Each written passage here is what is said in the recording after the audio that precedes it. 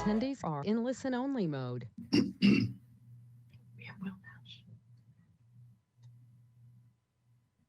Okay, we're on. Let's call the October 15th, 2020 meeting of the Harbor Commission to order.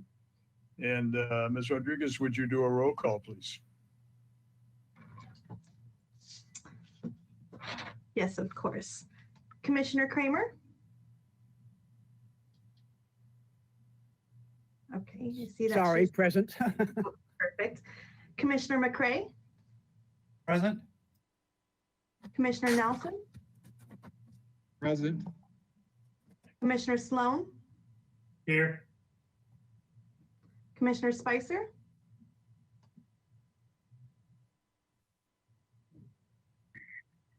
Commissioner Spicer? Oh, we're having trouble hearing you, but I do see you on the screen. Commissioner Stedman? Here. All right, and Chair Sly? Here. All right, everybody's here. Okay, thank you. Do we have any changes to the agenda tonight? Good evening, all. No changes. We are good to go. Okay. And do we have any of the public signed up to make comments regarding items that are not on the agenda? At this time, we only have 2 people that are in the webinar. None of them have raised their hand to speak, so we have no public comment at this time. Okay, thank you. We have nothing on the consent calendar, so let's move to item 1 on the agenda, approval of the minutes from September 17, 2020. Do we have a motion to approve? I'll move to approve. I'll second. Okay, any discussion or amendments to the minutes as presented to us? We're hearing none. Let's do a roll call vote for that, please. Okay, so Commissioner Kramer, Yes. Commissioner McCray, Yes. Commissioner Nelson, Yes. Commissioner Sloan, Yes. Commissioner Spicer, Yes. Commissioner Stedman, Yes. and Chair Sly. Yes. All right, that's unanimous. Okay, and in the future, we could probably just do a voice vote for that as I think about it. If we don't have any discussion or amendments, probably don't need to go through that. So item 2 on the agenda is the director's report. Mr. Wilshire? Yeah, good evening, Harbor Commission and anyone else that's tuned in. My director's report this month will be relatively brief, so I'll get into it unless there's any other pressing issues up front. Next slide, Angela. All right, so we're still very much amidst the pandemic, so I'll continue providing a brief COVID update with respect to the waterfront. So really the big change since we met last is that the County of Santa Barbara has improved a little bit, and we've moved up 1 tier from purple to red. And so this move slightly reduces restrictions on a number of our business operations. And so more specifically within the waterfront, this allows our restaurant tenants to open up to 25% indoor dining in addition to their outdoor dining. Museums, so the Sea Center and the Santa Barbara Maritime Museum are able to open, allowing 25% capacity indoors. I believe the Sea Center is opening this weekend, and the Maritime Museum is holding off until early December as of now before they open. Additionally, boat charters, which are being classified as retail, are allowed to operate at 50% capacity. So all of our charter boats are operating at that limited capacity. And wineries are able to provide outdoor service only. And so those are, amongst all the changes, those are kind of the big ones that hit our waterfront tenants. And so in general, the vast majority of our tenants are back to some form of regular business. and have really found some creative ways to operate safely, and they're open. And so Brian will touch a little bit, a high level overview of our revenues and stuff later. So I won't get into it too much right now. I know that was brief, but are there any questions relating to COVID with respect to the waterfront? Hearing none, I'll go to the next slide. All right, so as my second item, I wanted to provide a quick update on the efforts of the Commercial Fishing Subcommittee. So on August 4th, this item went to council, and council received a presentation both from staff as well as a presentation from the Commercial Fishermen of Santa Barbara, CFSB. The main focus of the meeting was on identifying additional shoreside property for commercial fishing, storage, and processing needs. And up on screen now, there's those kind of 3 recommendations. And these were the recommendations that were put forth to council by CFSB. And these recommendations included that the city continue working with commercial fishermen on identifying space, that the city integrate fisheries into the post-COVID economic recovery, and that there is some council level oversight of the committee and these efforts. Next slide. So here's a brief summary of council's response and actions. So council unanimously agreed with those 3 recommendations. They did take a vote, and they voted unanimously. So there was broad support. They did assign Councilmember Jordan and Councilmember Friedman as liaisons to the Commercial Fishing Subcommittee. And those were the 2 major actions taken at the August 4th council meeting. Since that time, we have had 1 Commercial Fishing Subcommittee meeting on September 23rd. Councilmember Friedman was present, but Councilmember Jordan was not. He had a last-minute conflict and couldn't make it. The main action of the meeting was assigning Councilmember Jordan and Friedman to an ad hoc work group to kind of go out and further investigate properties and report back to the group. And as of now, there's no further meeting scheduled because this will be set once Councilmember Jordan and Friedman get back to the committee with something to report on. So that was sort of my synopsis of the meeting. I guess now would be an appropriate time if any of the subcommittee members had anything to report with regards to that first Commercial Fishing Subcommittee meeting.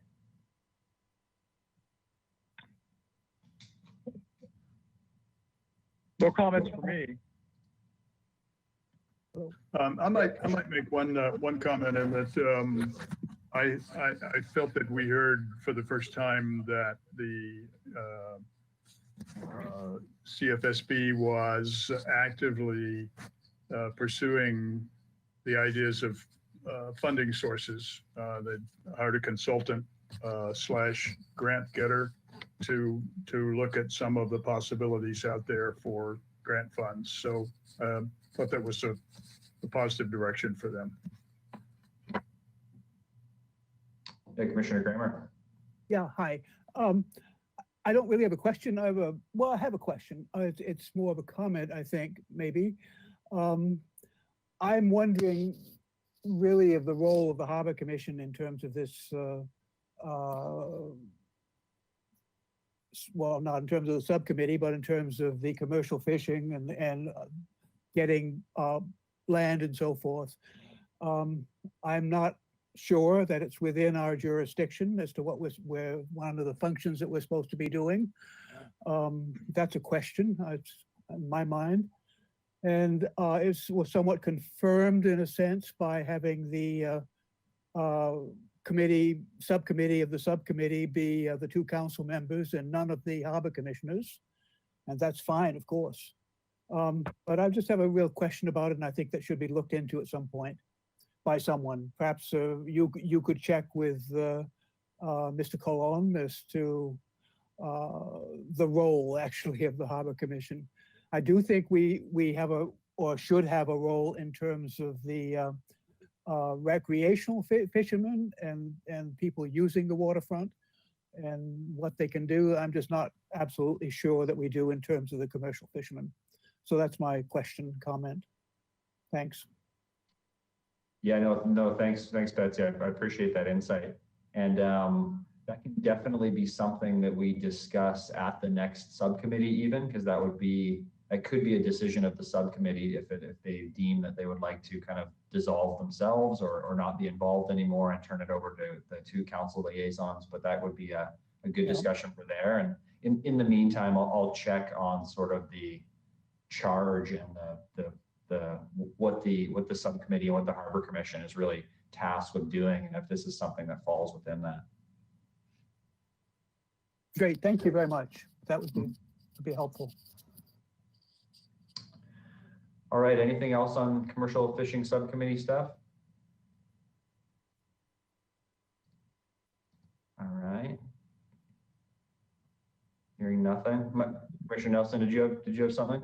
I'm not a member of the commercial fisheries subcommittee, but I think one of the upcoming recommendations is to receive a presentation by the State Lands Commission, which will clearly establish that the Harbor Commission has a responsibility to address the needs of the commercial fishing industry, and that the master plan that was prepared and is still in force and referenced by is referenced in the coastal plan is still very much a live document. It in and of itself says that we should be looking at places for gear, boat, and cold storage. In fact, it considers the facility that we presently occupy on private property as an interim solution. So I think it's pretty clear, to me anyway, that the conveyance of the submerged lands to the city of Santa Barbara was for the express purpose, or one of the express purposes was in fact commercial fishing. So whether or not the level of engagement by the subcommittee is one thing, but I really think it's important to understand that it is definitely an obligation that the Harbor Commission has. And I hope when you have the State Lands Commission down to explain the obligations the city has for these submerged lands, that will be part of their presentation. Thank you. I have no disagreement about the state lands and what they have to say. I'm just speaking only of the functions of the Harbor Commission as delineated on the city website and what we're supposed to be doing. So that there may be a conflict between the state lands and what the city charter has to say. I don't know, but I think it's worth looking into. Well, it's good. It's good that we have two council members to meet with us and to help with clarify these obligations and responsibilities. Yeah, and as another measure, after the meeting, I can send out the resolution defining the Harbor Commission to all the commissioners, just as a reminder. I believe it's on the Harbor Commission website as well, but that provides some guidance and structure of what the Harbor Commission is kind of officially tasked with. Great. All right. So moving on, next slide, please, Angela. All right, so tentative agenda items for future meetings. So I made one slight change. So in the past, this item kind of just looked at the next meeting and it said tentative items for whatever the next meeting may be, but I just kind of wanted to make a change to make it more inclusive as a larger list. So not necessarily stuff that we'll get to just next meeting, but kind of some major topics that have come up for next meeting and beyond. So first on the list, I wanted to propose canceling the December meeting. This seems to be pretty standard historically. I just wanted to make it official and see if all of you are in agreement with that.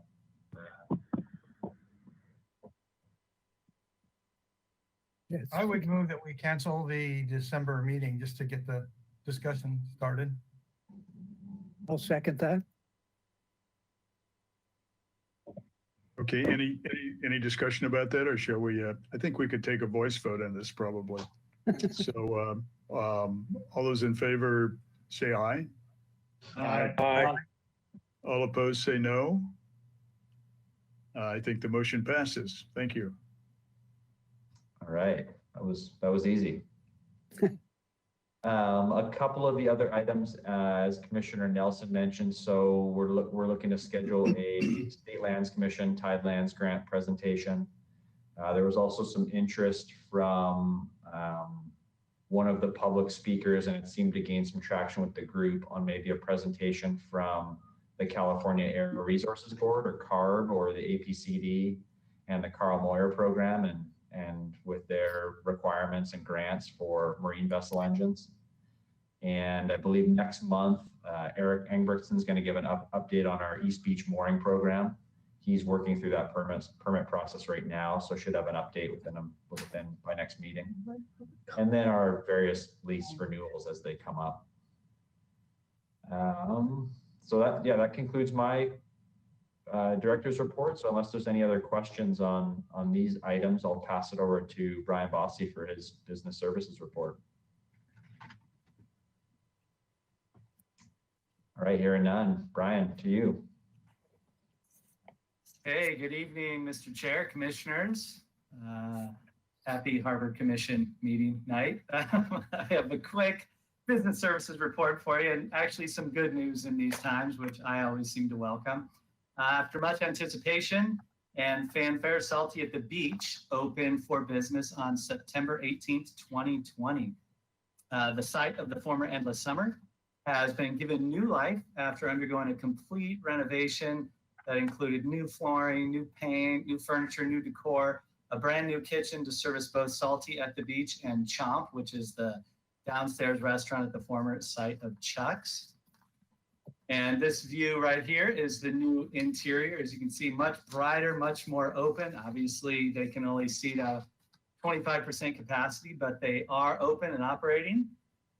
New owner, Aaron Peterson, has been busy since May, renovating both the upstairs and the downstairs spaces, bringing a proven family-friendly dining experience, which the upstairs will be focused on a California-style tavern cuisine, sourced with a lot of food and beverage sourced from local ingredients. They'll have craft beers, local craft beers, local wine. The current hours of operation for Salty at the Beach are 11:30 a.m. to 9 p.m. And Chomp on the Rocks, which will be the downstairs restaurant, is actually scheduled to open today. Unfortunately, I didn't get a chance to run by there before the meeting, but it's also shaping up to be a family-style diner type eatery. They'll have burgers, fries, shakes, seafood, sandwiches. Again, sourcing ingredients from local farms, local purveyors. And this is kind of a cool thing. They'll also have an old-fashioned iced creamery and soda fountain. So that should be pretty neat. That should attract a lot of attention from our local kids. Next slide, please.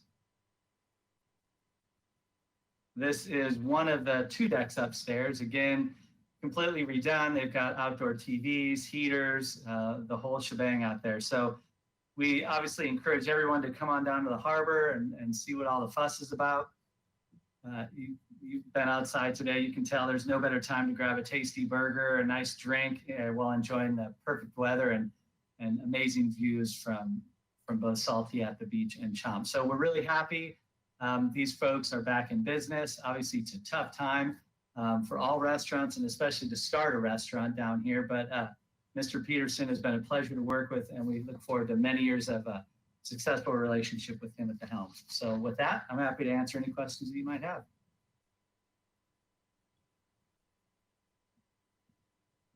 Okay, well, hearing none, let's move to item 4 on the agenda, the facilities management report.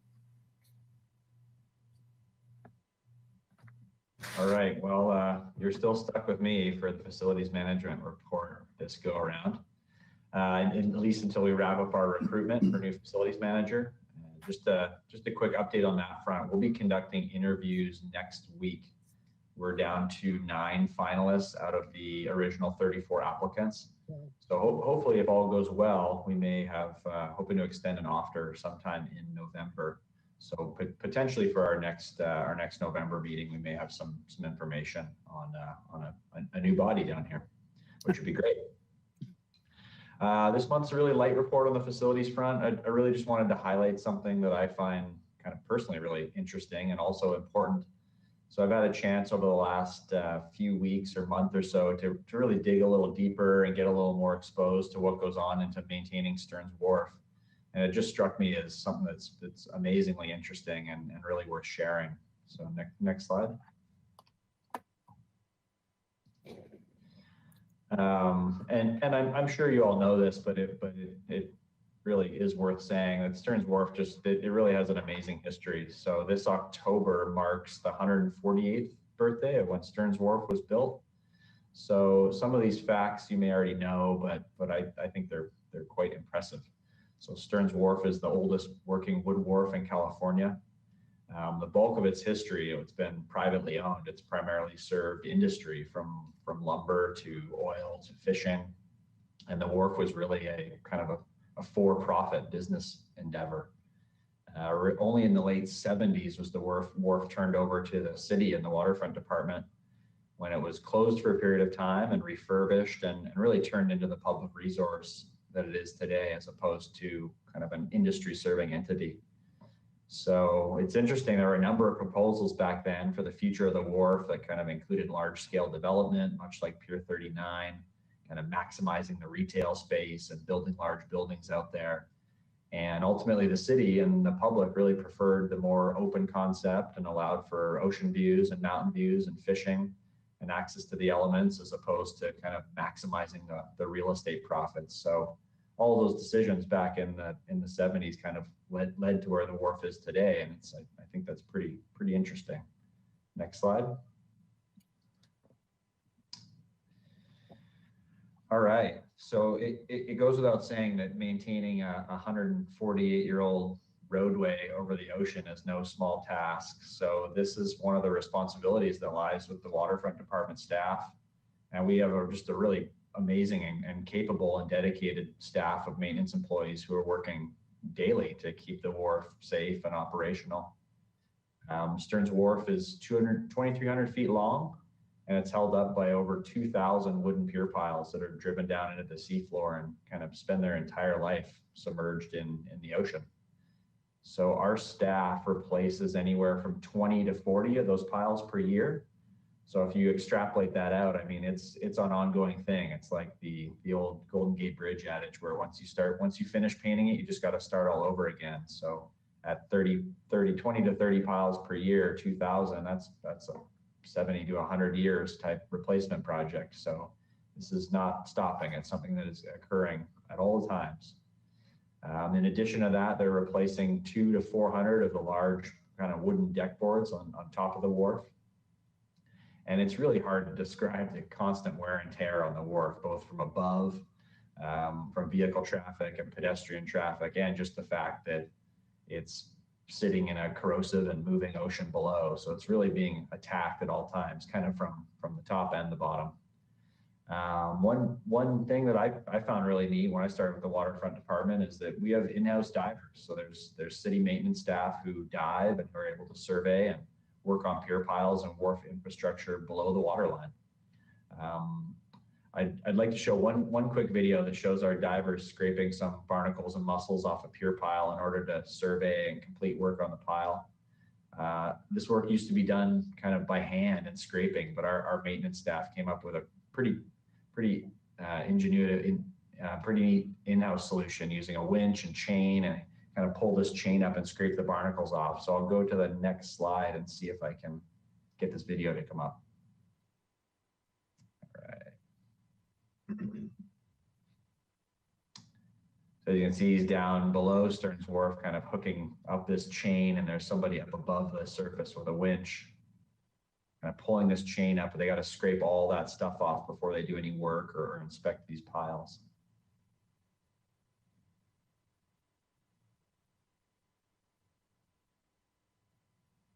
So pretty neat, short but sweet. So my assumption is the general public generally has not much of an idea of what's going on down below them or what's below Stearns Wharf at all on any given day. So next time you're out there, have a look over the edge and see if you can spot any of our maintenance staff kind of working away, and they're out there every day. And one thing to note is that, so over the last month, both inside Santa Barbara and behind the scenes, we're on site filming a piece on Stearns Wharf. And so keep your eyes out. This will likely air within the next month or two, and they're putting something really good together that kind of details the history and overall upkeep and maintenance of the wharf. So I'm kind of curious to see how that turns out. Any questions on this? That brings me to the end of the facilities report. I have not a comment, actually. Thank you very much for this report. I think it's really important for the people in the city of Santa Barbara to understand, to appreciate it. And I don't think we've had this kind of a overall report before, and at least since I've been on the Harbor Commission. So it's great that you've done it. I guess maybe my question is, who gets to eat all those mussels? The sea life below, I'd imagine. Yeah, no, I appreciate that comment. Yeah, it was mainly out of my own interest coming down to the waterfront. It was one of those things where you see this big, giant, beautiful wharf every day, but it just doesn't dawn on you how much effort goes in to keep it safe and upright and there for nearly 150 years. So thank you. I appreciate that. Great, thanks. I have a question, Mike. And you may not know the answer to this, but some time ago, a year or two ago, we prohibited smoking on the wharf. And prior to that, they were putting out little fires, smoldering ashes all the time. Do we know how much that's changed since we prohibited smoking? Is there any data kept on that? I can speak anecdotally. I know I've got Eric Engbretson here as well. It's usually Harbor Patrol or Wharf Security that kind of gets on those things right away. I know it still happens. I mean, there's still cigarette butts in between the boards, and it's still happening. In the 6 or 8 months I've been here, I've seen Harbor Patrol log entries for kind of small smoldering fires being put out. So Eric, are you on? Do you have anything else that you'd like to add with if there's been a general improvement or not? Yes, there has been an improvement. A big outreach from also a police department and their ambassador program, and just the education. A lot of folks coming out just don't know the rules and regulations. We have a lot of foreigners that come out, but a really, really good educational process that has really curtailed that number of cigarette fires, though they do still happen, but nothing like they used to. That's good news. Thanks. You're welcome. Yeah, thanks, Eric. Well, good timing. If there's no other questions, I'm going to turn it over to Eric for his Harbor Ops report.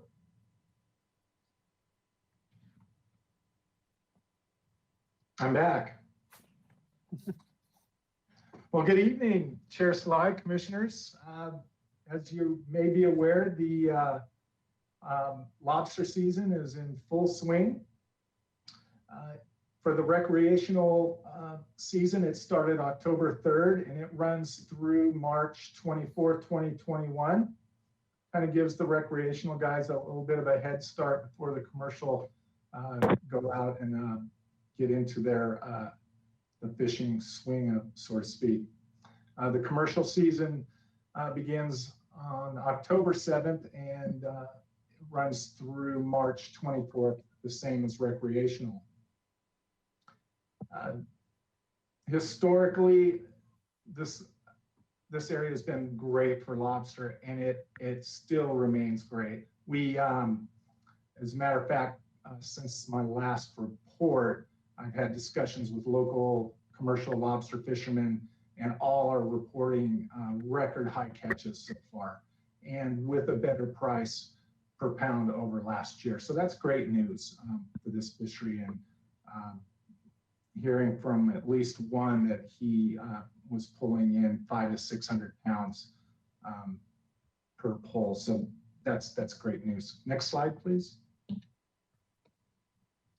And as in years past, the departments still allow the commercial fishermen to stage their traps in the launch ramp prior to the opening of the season. This year, approximately 30 commercial fishermen took advantage of the designated trap staging areas. And it's a courtesy that's well received, and the fishermen continue to cooperate with one another in making this small area work. And even better yet, this year we had no complaints from anyone in regards to the staging, and I think it all went down really well. It was seamless, and that was good news. Next slide, please. Harbor Watch meetings. The May meeting was canceled, and the November meeting of this year has been rescheduled. And if you're not familiar with the Harbor Watch meetings, it's a citizens-based group within the harbor that work alongside the Harbor Patrol and spot and report crime and hazards to public safety. Meetings also include hands-on practical training of CPR, first aid, fire extinguishers, and flare use in a controlled setting. The group meets again twice a year, and we're hoping that the next meeting we can reschedule and not cancel the fall meeting. Next slide, please. Well, speaking of cancellations, the Parade of Lights, as we know it, has been canceled. Normally held in mid-December, and this is just basically due to the COVID restrictions we have in place. The waterfront means that what it means is that the Parade of Lights in Santa's Village and fireworks show have been canceled. However, staff is looking at other ways to possibly have a virtual parade of sorts to be broadcast on the Waterfront Department's website. VIPs could submit their votes online. We'd have folks still decorate their boats and keep them in the slips. And we're also considering a single vote by the general public who could also vote online. Just a thought. And I believe that concludes my report. I'd be happy to answer any questions. I'm really excited lobster season wasn't canceled due to COVID.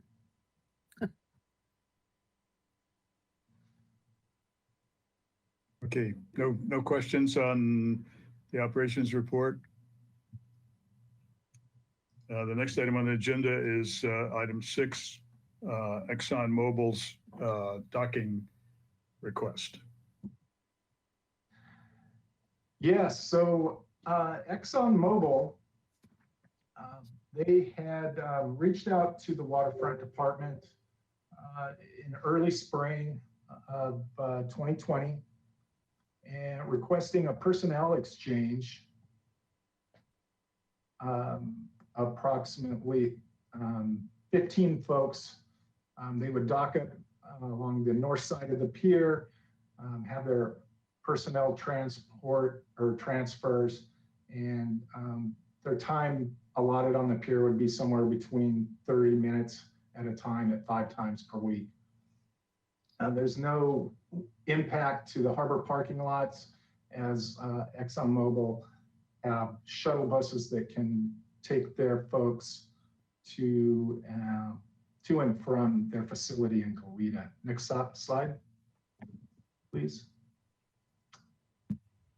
So in this picture, this is depicts the north side of the pier, the northeast side of the pier, where their crew boats would tie up. And this area is used by other ocean dependent uses as well. And the vessels, I believe, are not owned by Exxon, but are leased, or they have folks that they contract with. There's 2 vessels being used. One's approximately 104 feet. I believe it's the Patrick, and the other, I believe, is the Allen T, though I may be mistaken. What you see here under the yellow, when they're not taking on passengers or disembarking, they would simply move the vessel up and take on fuel. Next slide, please. Similar to what Ship Services does currently right now, another ocean-dependent commercial use company, and sitting on our dock, or on the fuel dock there, taking on fuel.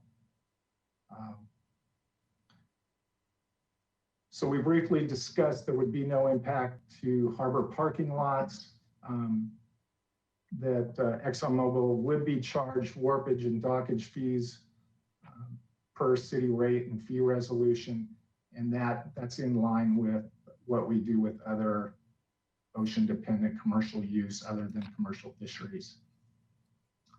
In short, the information presentation to the Harbor Commission, it's no different than what we're doing already with other companies. It's just that this company, in the interest of transparency, we wanted you folks to know as well that it's Exxon. It's not Ship Services or Castagnola Tug or Decor. And that concludes my report on this. We do have Patrice Sormeyer on, and she'd be happy to answer any questions that you guys might have that I may not be able to answer. We also have Jeff Patterson on the line as well. Oh, great. Sorry, I forgot about Jeff. Okay, I think Bill wanted to say something, and I apologize. I should have read the recommendation prior to the presentation, so that anyone listening in had a better understanding of what we were talking about here. But this is a temporary, as I understand it, a temporary use request that's within the normal boundaries of harbor business. So, Commissioner Spicer. Thank you. And thank you, Eric. My questions are pretty simple. How is this action being done currently? And then what is the long-term plan for Exxon? Is our wharf, is the harbor part of their long-term plan? Will this be going on for how long? Those were my questions. Yeah, Commissioner Spicer, this is correct. It's business as usual, as we do with other ocean-dependent usages. ExxonMobil currently has a lease, I believe, just off of in the Elwood area, and they are in negotiations with that lease. I don't know where they are, in particular, where they are in regards to when that will be finalized. But again, I believe Patrice or Jeff would probably be the ones better to answer that question on how long. Yeah, Eric, Jeff is trying to get online. It looks like he has been able to unmute at this point. Can you hear me now? Jeff, yeah. We can hear you. Can you hear me? Okay, yeah. Great. So yeah, just to add a little bit to Eric's last remark, our historically, we've always changed personnel at Elwood Pier, and as you all likely know, that pier is owned by the state of California, and we have a long-term lease for the use of it. Where our it's important for me to comment that is by far our preferred option going forward for a number of reasons. And most specifically, it's the closest to our facilities, and therefore it's the most efficient. Unfortunately, to get from the road to the pier, there's a private landowner that we had an easement lease with, that we are in the process of trying to negotiate new terms, whether it's a new lease or a purchase or some other option. So I can definitively say that is our long-term solution and choice. What I don't have any certainty on is what's the timing for us to reach an agreement. And that's where the Santa Barbara Harbor would be a short-term or an interim solution until we get those details finalized. Thank you. I appreciate that. And speak. Commissioner Nelson? I guess I'm curious, I'm given Commissioner Spicer's question about the duration. What applications or permits or activity are you seeking authorization for, either in the county, state, or federal level? Because I guess my limited awareness is that many of the offshore facilities and oil rigs are in fact being decommissioned. And that's a subject of great consternation in our community. So I'm just sort of curious where ExxonMobil is in that scheme. It sounds as though you're not thinking at all about decommissioning anything. In fact, it would sound as though you currently or presently have permit requests or authorizations. Is that true? Commissioner Nelson, hi, I'm Patrice Thurmeyer. I'm the environmental regulatory lead at our site, which is near El Capitan. So we are permitted right now to fully operate. We have 3 platforms off the coast. Unfortunately, our means of transporting oil was through the Plains All American pipeline, which is down right now. So right now we are waiting for the pipeline to either be repaired or replaced, or getting a permit that would allow us to truck. So right now what we're asking for is to use the pier while we are in a state which we call preservation. So we're keeping the facilities safe, you know, so that there's no corrosion issues, anything like that, and we are waiting for the next step to occur. So we don't really have any permits that we need to get. I mean, we have the permit we need to operate. It's a matter of how we get the oil out of the facility at this point. Does that answer your question? Yes, thank you. Okay, thank you. Commissioner Sloan? Yeah, I had just a comment.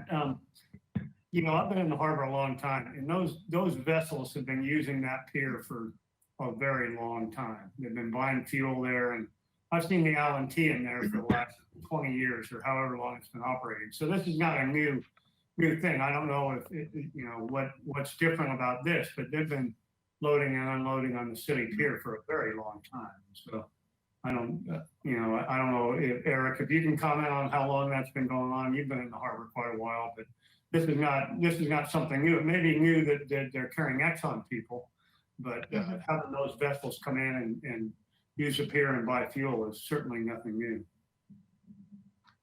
That's correct. Yeah, back even in the days when I was diving underneath the Stearns Wharf, they were doing that. So yeah, you know, ExxonMobil just coming in, I believe just the name, and we just wanted transparency that you would know that, hey, this is ExxonMobil. It's not Ship Services or Casanova Tug or Decor, and just wanted to keep the commission informed. And again, you know, the fuel dock, they're not exactly complaining that we have 2 more vessels coming in taking 2 hours of fuel at the same time. There's certainly a economic advantage there as well.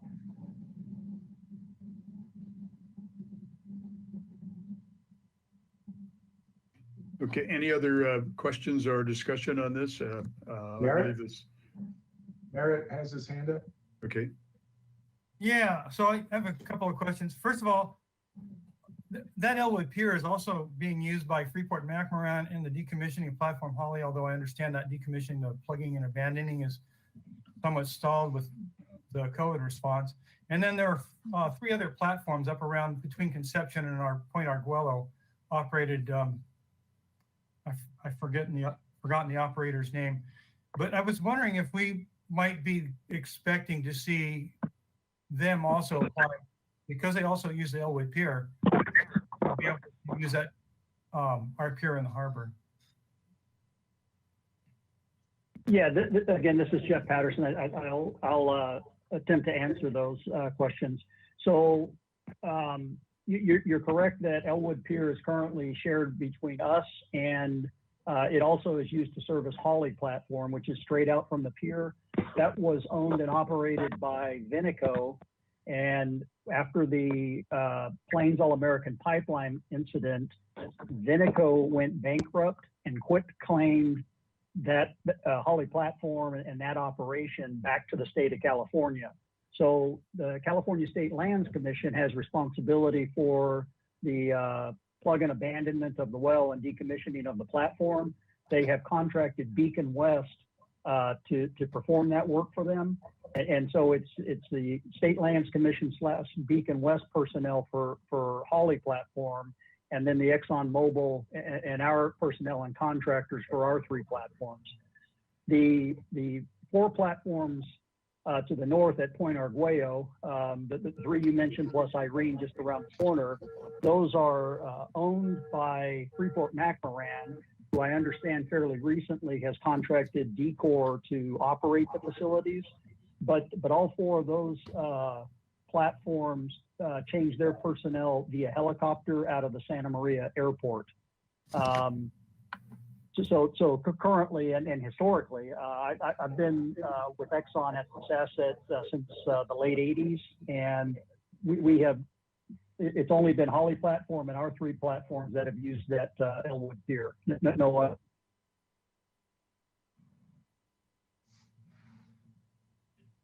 Did that answer your question, Mr. McCree?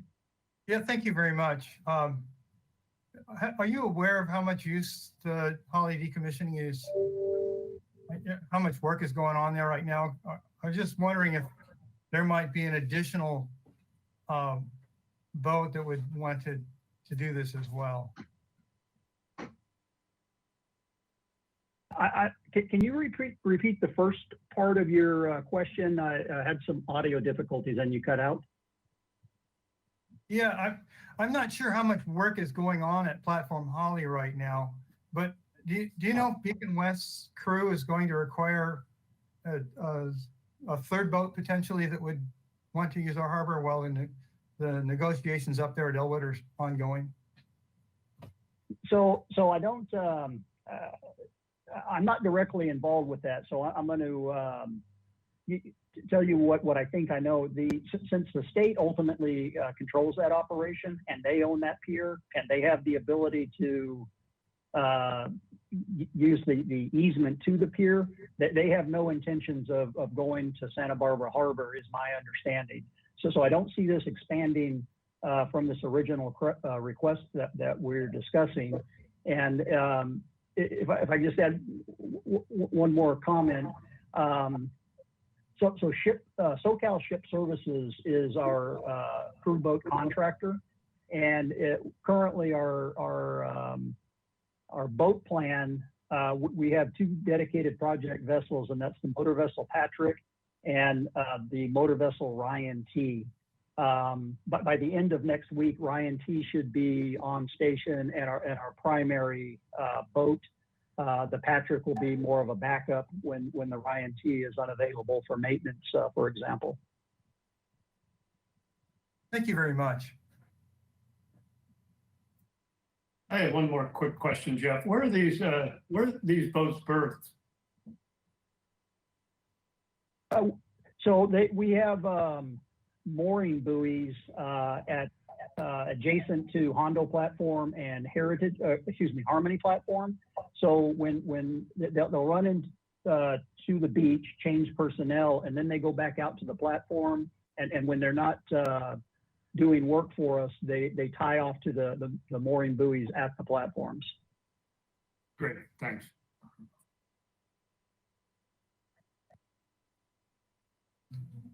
Other questions? Okay, I think this is, again, doesn't require any action by us. Are you in agreement with that, Mr. Wilshire?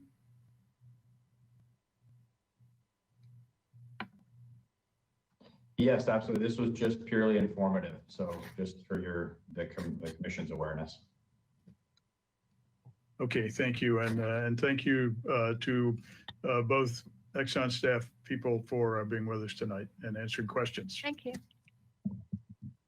Okay, Thank you very much.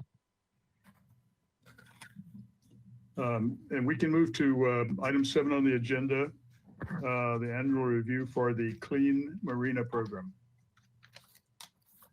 Okay, well, I'm still up and running here. Before I get started with this report, I really just want to give kudos to my predecessor, Mick Cronman. I really followed pretty much the baseline of his report and was lucky enough to be able to put add our additional information to a report that was truly well thought out, and he just did an outstanding job. And I will get started. Next slide, please, to background. So as many of you are aware, the city adopted the program in 2002, and the goal was to achieve and maintain best marina practices and a clean harbor environment for the people that recreate and work in the harbor, along with aquatic life and seabirds.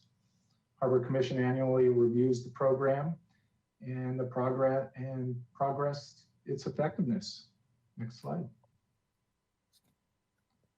There are 6 elements: facilities for boaters, water quality monitoring, best management practices or BPMs, pollution prevention and abatement, education, and compliance and enforcement.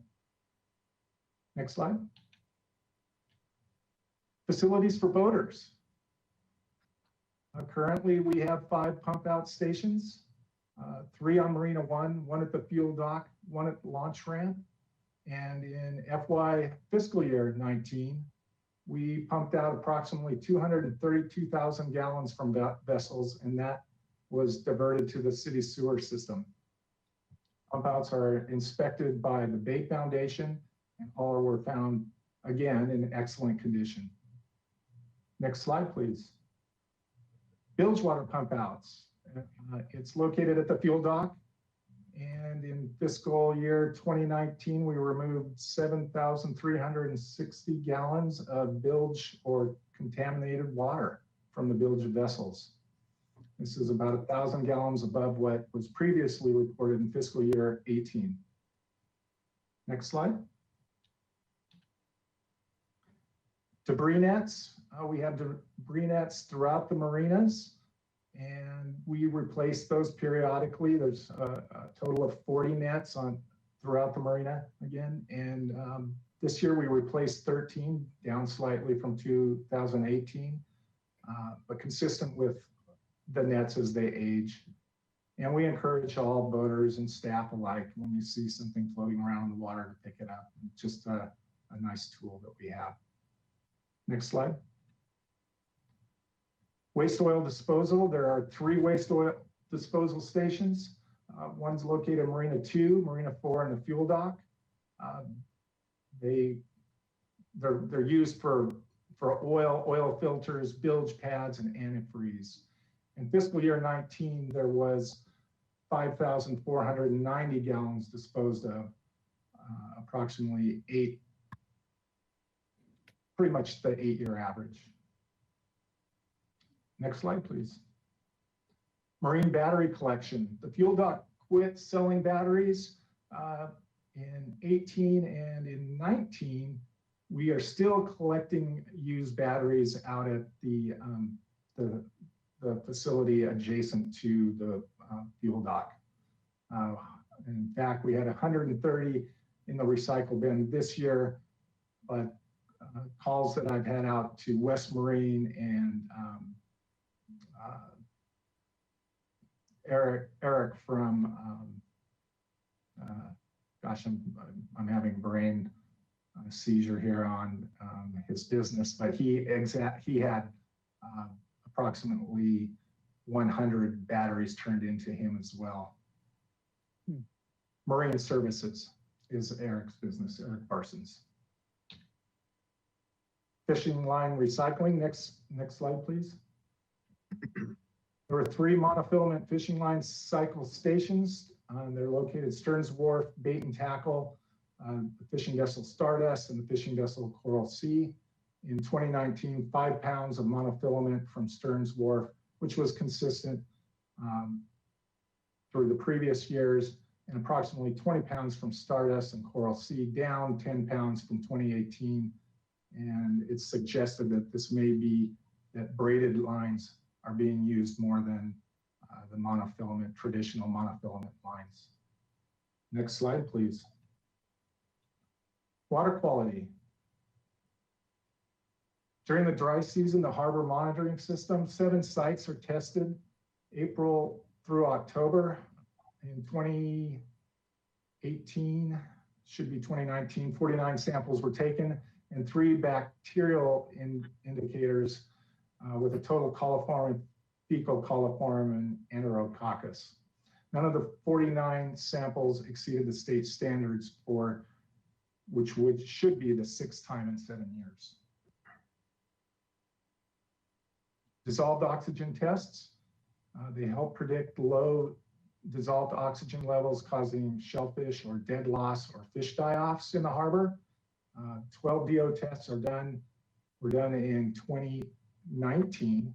Generally good DO levels, exceptions, slightly subnormal, April, May, and November. And there's no known cause, but likely just natural fluctuations for die-offs in 2019. Next slide, please.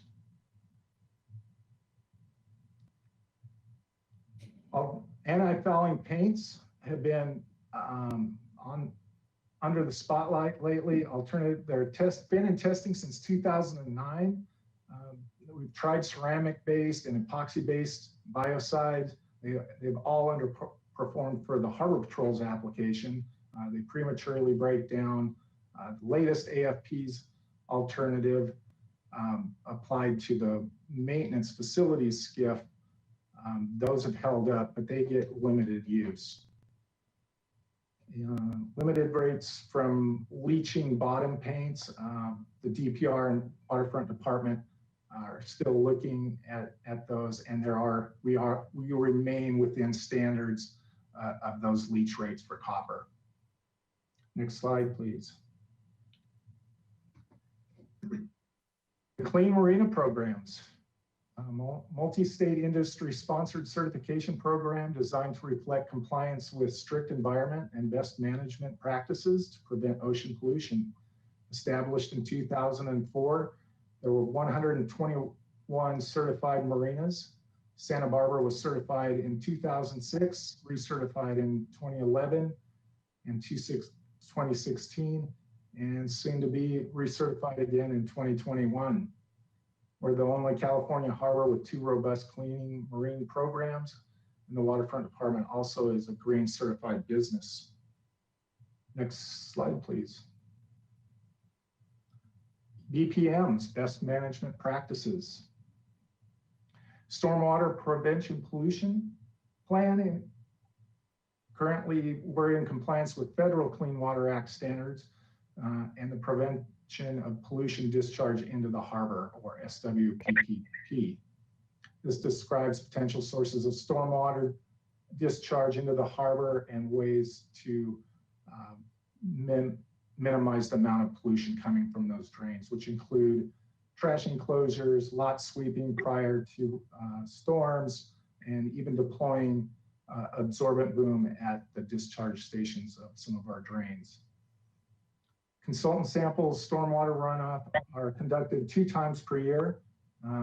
We do get occasionally poor results during our first storm. BPMs, or what's commonly called is the first flush sampling. Elevated pollutants during that time, but storms after that, those numbers do go down. Next slide, please. Diver BPMs. A lot of hull cleaning takes place in the harbor. Currently, we have trained and certified BPMs or divers to minimize paint sloughing into the harbor and practice the best BPMs while cleaning vessels. 5-year recertification program was in 2016, so it again is coming up in 2021, and our local business activity permit holding diving companies will all go through this training along with the Harbor Patrol. Oil absorbent pad distribution, the grant funded by the state's Cal Recycle Division. The pads mop up bilges and prevent leaks while fueling an emergency response. Pad distribution thus far was 15,000 fiscal year 19, which is consistent with fiscal year 13, and over 250,000 pads since fiscal year 03.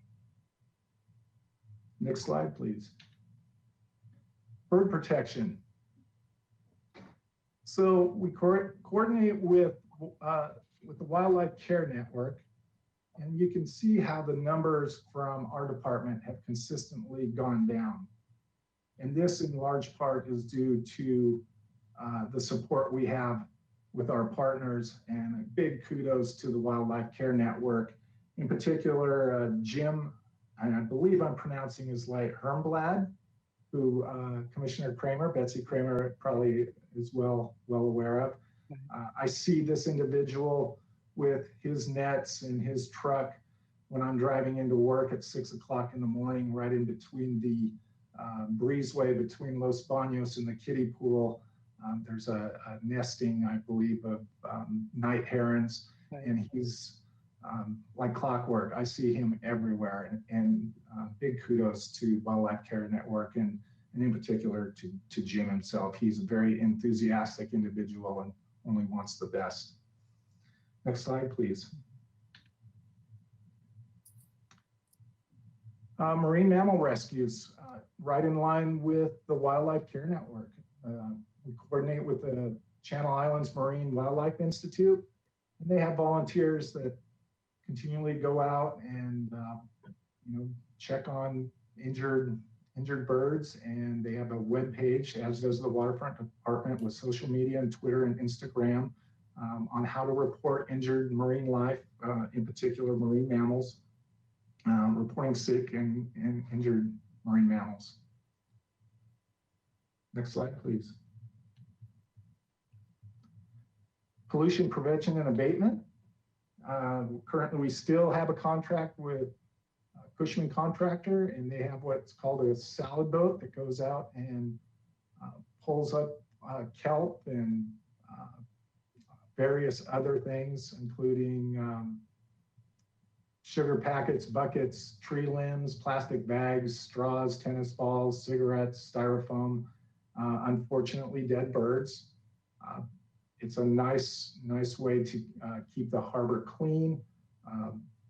There's different areas of the harbor that are more impacted with some of the kelp as this drifts through the harbor, and they jump on this bi-weekly and after storms.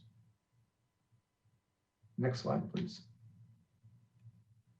The Surrendered and Abandoned Vessel Exchange Program. At one time, this was Abandoned Watercraft and VTIP program, and they combined both programs together to create the SAVE program.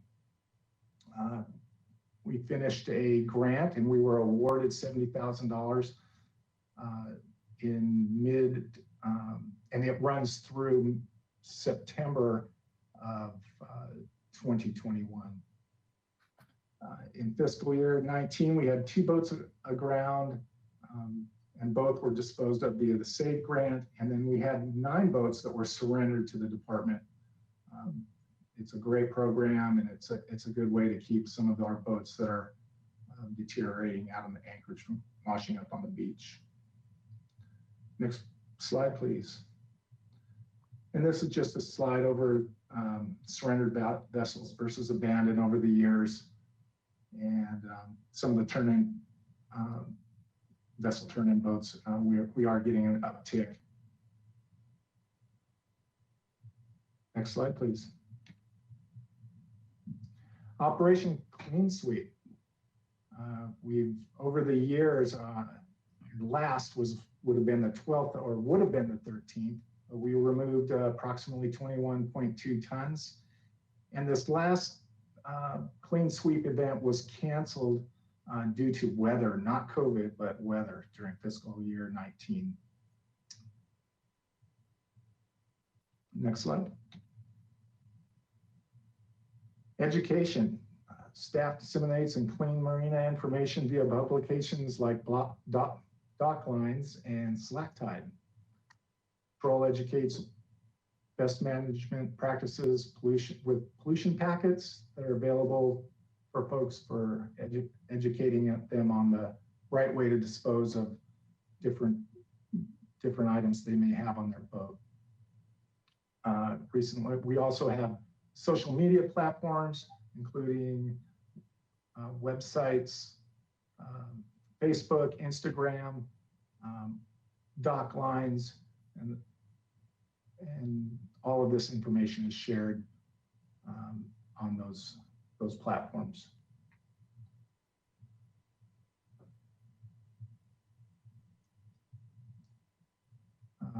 Additionally, we do reach out to the fishermen and on the fisherman listserv to alert when we have low DO levels and any pollution issues that may affect any of their catch. Next slide, please. Compliance and enforcement.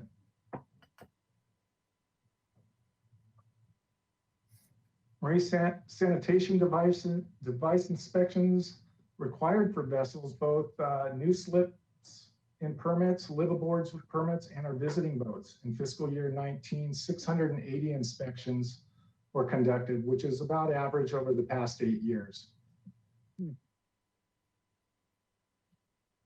Next slide. Discharge violations, 16 known discharge above average for the past 5 years. The vast majority were small. Someone sanding, not knowing that getting sanded dust from their vessel into the water is a violation. And the one individual who was issued a citation and had numerous warnings in the past. Next slide, please. Cost summary. Stormwater pollution prevention plan was $1,496. Dry season water quality testing, the cost is approximately $2,800. The salad boat is $9,652. Oil absorbent pads, $444. Abandoned vessel or turn-in program was $3,751. Operation Clean Sweep, historically $1,000. Replacement of dockside debris nets, $620. Hazmat turn-in disposal, $8,716. And used oil disposal was $12,529. So the total annualized cost was $41,008 through grant reimbursements. We got back $25,996. And so the total program came to $15,012, which is, again, lower than it was last year. Next slide, please.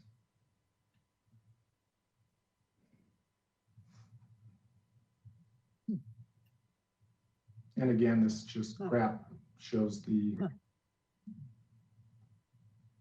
decrease from year to year. Next slide.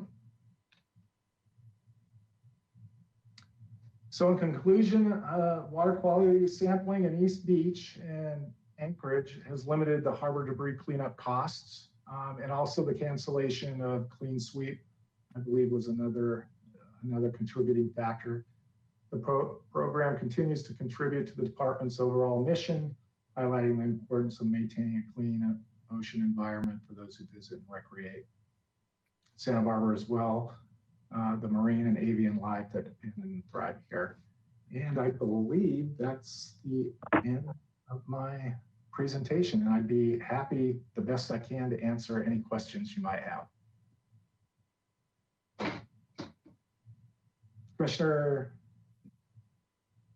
Stein? No, Mr. Spicer. I was cut off. All I can barely see him on my phone. I saw a hand. Go ahead. I'll jump in. Commissioner Spicer, thank you. Yeah, thank you, Eric. That was awesome. That's excellent. I appreciate you're taking the torch from Mr. Cromman and running with it. I really do think it's important. A lot of the world looks at California as an example or a leader. And I think in particular on this topic, it's not just California, but it's Santa Barbara. The symbolism that we're champion in Clean Marina, I think is very important. And I just a comment that I appreciate the report and the work you're doing to keep that going. Thank you. Oh, you're welcome. Both Mick Cronin and I share the same sentiment on a clean harbor, and we want our children and our children's children to have the same environment we're in right now as it pertains to clean water. Commissioner Kramer. Yeah, and I echo what Bill Spicer just said. I mean, I think it's tremendously important for the city and of course for the waterfront to be doing this. Do you intend to have the cleanup of the marinas this spring, COVID allowing? Yes, we certainly hope so. In one way or the other, historically we've had volunteers, right, in the past that have done it. The Harbor Patrol, even though we haven't been able to do it, we've identified some areas of debris on the ocean floor, and my roots and with the Marine Diving Technology Program, they have students that would be eager to help as well. So in one shape or form, I'm very hopeful that we get to continue with that. Well, Jim Sloan and I have both been volunteers for a number of years on this thing. And it's going to be quite a haul, I think, this spring. There's several years of not doing it. I do have a question. You say that one of the reasons for not getting the fishing line off the boats, maybe this is something that Merritt McRae can answer, is because of braided line. Is that less damaging to seabirds? I don't know really what that is. I think it's a stronger line.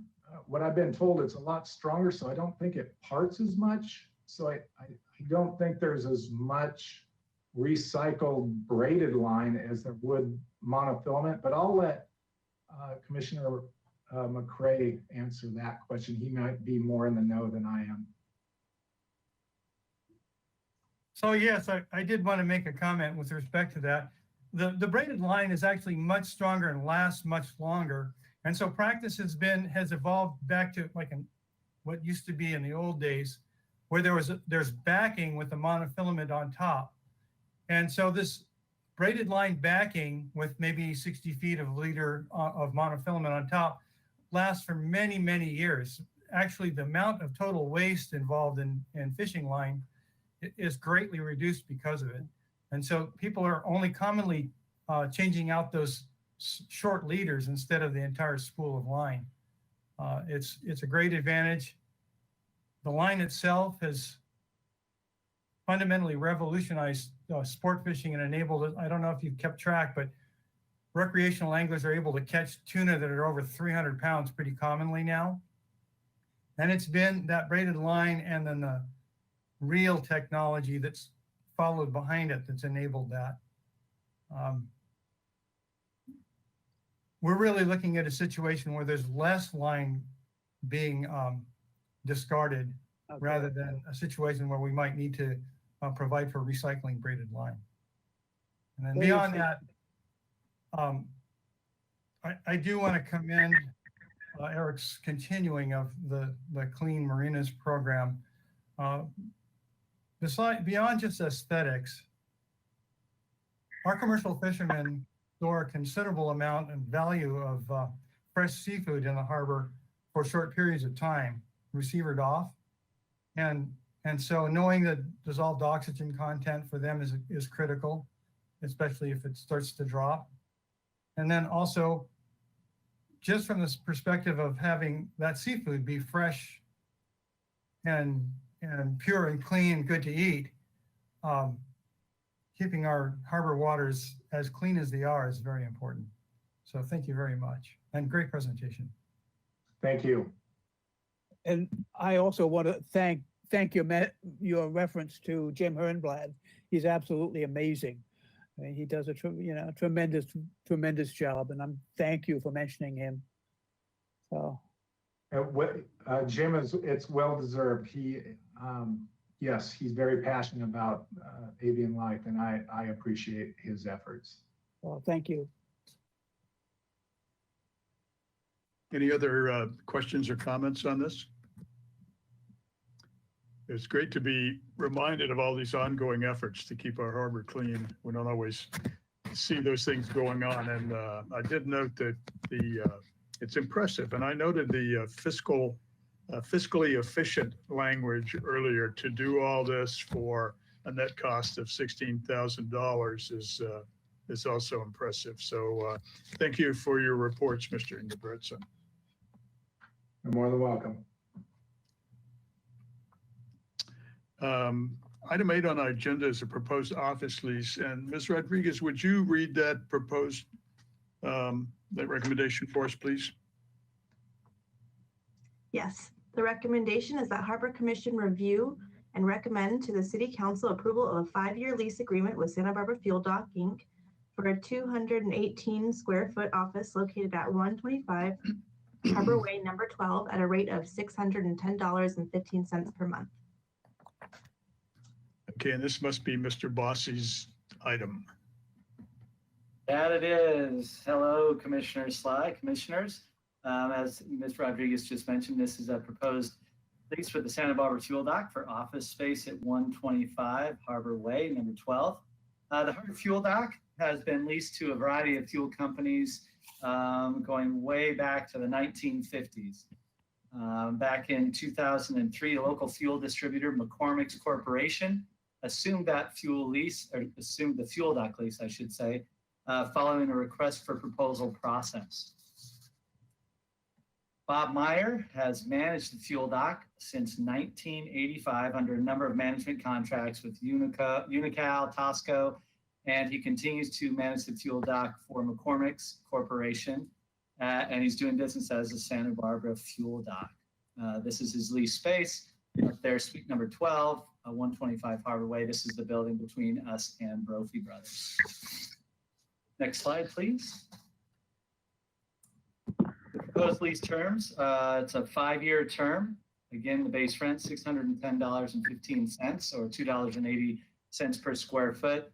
And the site is, again, 218 square feet. Not a big office, but enough to get the work done. Santa Barbara Fuel Dock is considered a tenant in good standing by the Waterfront Department. They're prompt with their lease payments, and they have no default notices on file. The proposed lease agreement will allow Santa Barbara Fuel Dock to continue with on-site management of the fuel dock, which, as you can imagine, is a very busy place and could possibly even be busier based on the item you heard earlier from Mr. Ingebretson regarding the ExxonMobil crew boats pulling up a number of times a week. So with that, I'm happy to answer any questions. Pretty basic lease as far as waterfront leases are concerned, but again, happy to answer any questions if you have them.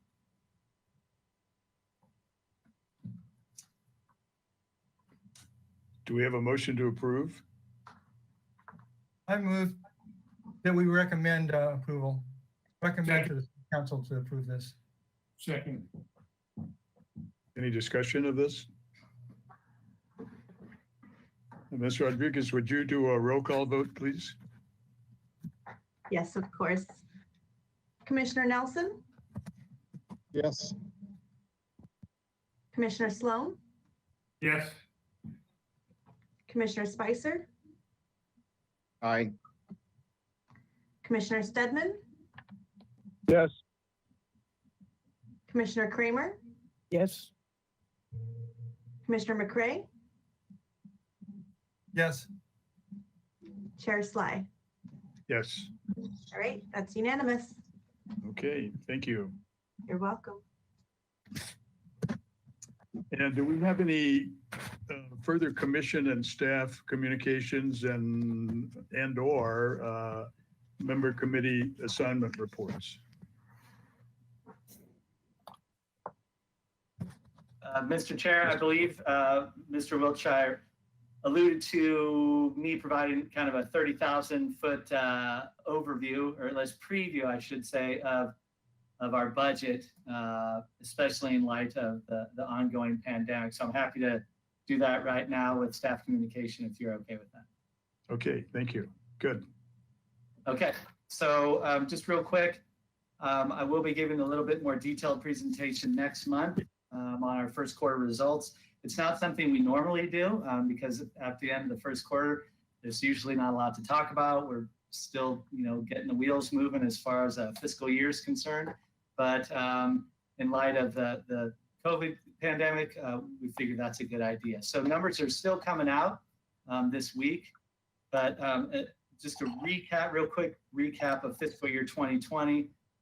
Obviously, the global pandemic has negatively impacted the national economy, and it's impacted our local economy as well. Going back, we reduced expenditures to the tune of about $1.7 million in around April after a series of supervisor and manager meetings when we realized that this pandemic wasn't going to go away in the short term. So we reduced our expenditures significantly.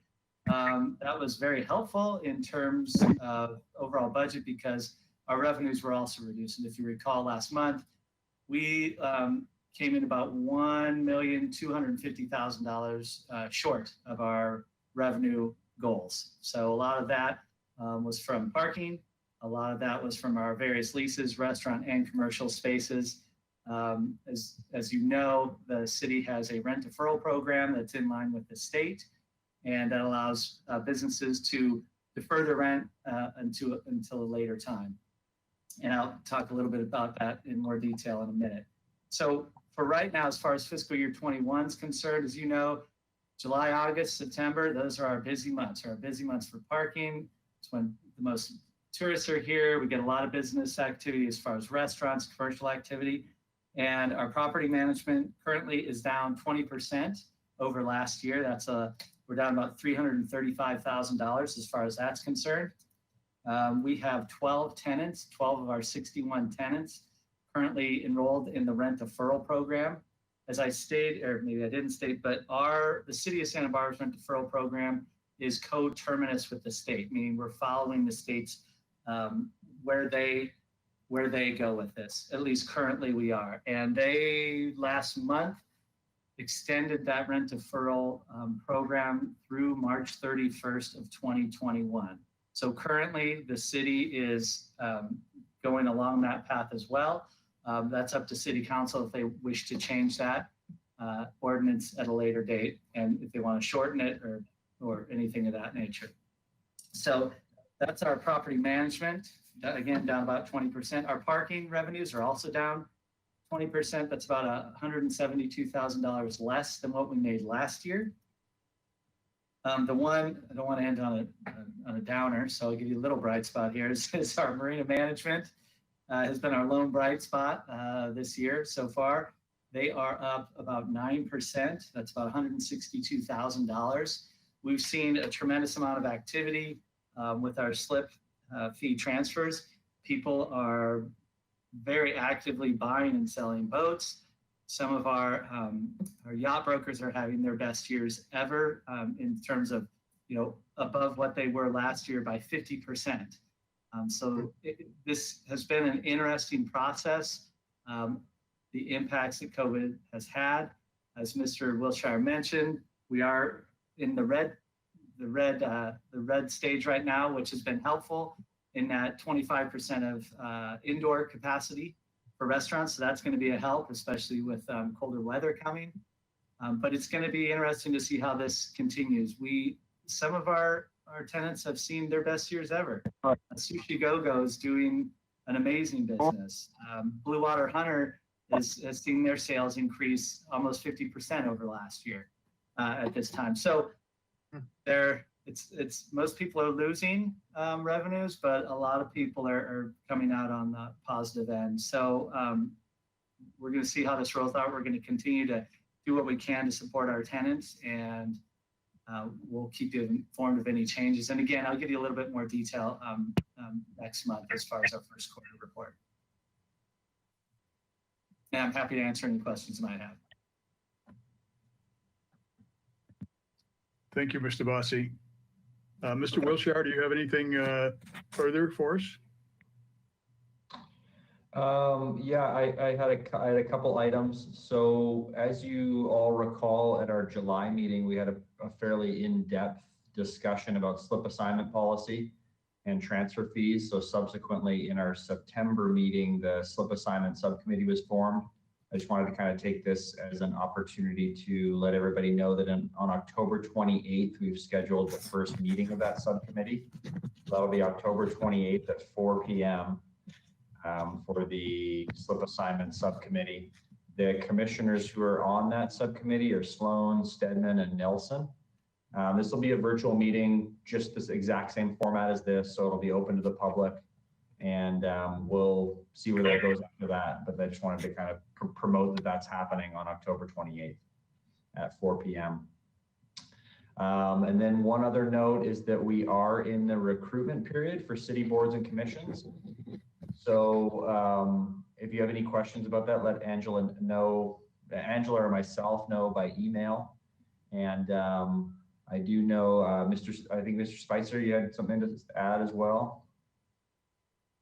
Yeah, I was just wanted to let the commission know that my tenure to the commission expires in December, at the end of December, and I've decided to not seek another term. And just wanted to say thank you. Well, Yeah. Commissioner Spicer, thank you for your service. I think you've been 9 or 10 years you've spent helping this 12. effort. 12. 12. Okay. Well, thank you very much.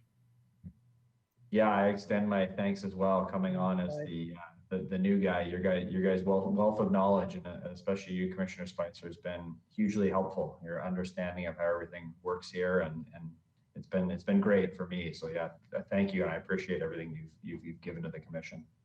Most welcome. Happy to have been of service. So what that does, the mechanics behind that. So Bill's term is up on December 31st. If we have recruits or we have a new member, they can start as soon as January. If not, Bill has the opportunity to either continue on kind of in hiatus till the next recruitment, or not. We can still operate one member down. That's not unheard of. But the recruitments for commissioners are fall and spring. So we'll see where this fall cycle goes. And if we don't get a new person on board, then it will be next spring. That was all I had, Commissioner Sly. So if the commission has anything to add, I'm happy to take questions or hear from you. Okay. There is a list on the city website of open positions. Is this city aware of Commissioner Spicer's early retirement? And would that position be obvious to people looking to serve on a commission? Or do you know? Maybe don't know that, but yeah, I'll have to look in on that. His term is listed as expiring as of this year, December 31st, and in not applying, that position will invariably become vacant. But I don't know if that was posted as vacant to be applied for. But I'll look into that as soon as possible and see what we can do with this recruitment cycle. Obviously, if any of you have any recommendations or know of anybody or hear of anybody coming up through the works who wants to kind of give back and put some time into the Harbor Commission, that would be great. I would love to hear from any of you if you had recommendations of folks who are interested. okay, thank you. Any other comments from commissioners? Hearing none, do we have a motion to adjourn? So moved. Second. Second. All those in favor, say aye. Aye. Aye. Okay, I think that passes. And thank you to the commissioners for spending your evening with us tonight. Thank you for staff for working overtime and being with us tonight. And we'll look forward to seeing you next month. Thank you. Good night. Bye.